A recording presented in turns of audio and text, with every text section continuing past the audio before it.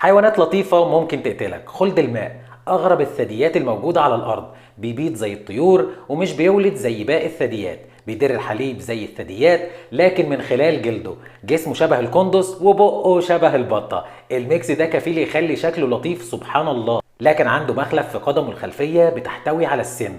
السم ده قادر يموت كلب، بس ما تقلقش السم ده بالنسبة لينا كبشر ما بيموتش، بس بيسيب آلام شديدة جدا. يعتبر الدولفين صديق الإنسان في البحر، لكن في فصيلة من الدلافين ممكن تقتلك فجأة ومن غير أي أسباب، واتسجلت ليها حالات قتل وهجوم على البشر غير مرة واحدة بس، لما هجم دولفين على شخصين في البرازيل وقتل واحد وكسر ضلع التاني سنة 1994. الباندا، الانطباع الأول لما بتشوف الباندا بيكون لطيف وكيوت وبتتمنى لو تمتلك واحد، لكن الباندا مخلوق مزاجي جدا وبيغضب بسرعة وممكن يقتلك لو حس بأي تهديد. في 2015 هرب باندا في قرية من القرى والناس فضلوا يطاردوه علشان يمسكوه، ومن خوف الباندا دخلت مزرعة صغيرة وللأسف هجمت على صاحب المزرعة وقطعت رجل من رجليه. لو سألت أي حد إيه أكتر حيوان بتحبه هيقولك الفيل، وخصوصا الأطفال، وأغلب الأطفال في حديقة الحيوان بيركبوا على ظهره وبيحبوه جدا. لكن الفيل لما بيغضب بيبقى غشيم جدا وبيتحول لوحش محدش يقدر يقف قدامه، وناس كتير فقدت حياتها في رحلات سفاري لأنهم اتعاملوا مع الفيل باستهتار. بصراحة كائن بالضخامة دي ما ينفعش تستهتر بيه خالص. وقال إيه، أنا كان حلم طفولتي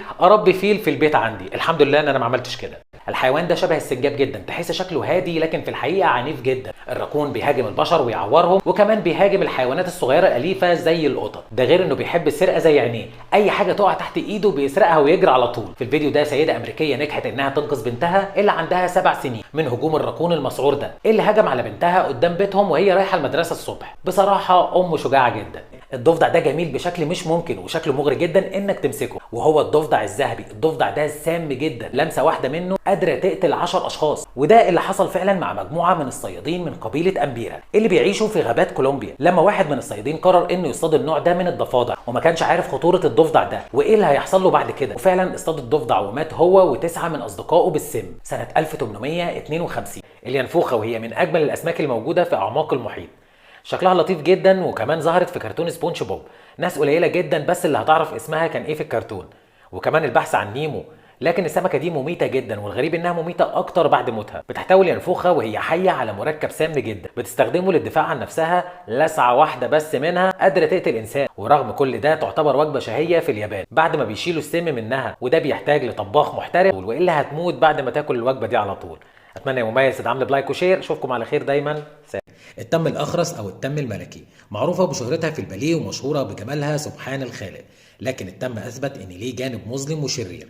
طائر التم كائن عصبي وبيهاجم وبيعض أي حد يزعجه، وفي حوادث كتير اتسجلت وهو بيهاجم الأطفال في وقت اللعب معاه. التم الأخرس بيهجم ومش بيستسلم أبدا، حتى لو هربت منه بيجري وراه، هيجيبك يعني هيجيبك. أتمنى مميز تدعمني بلايك واشتراك. أشوفكم على خير دايما. سلام.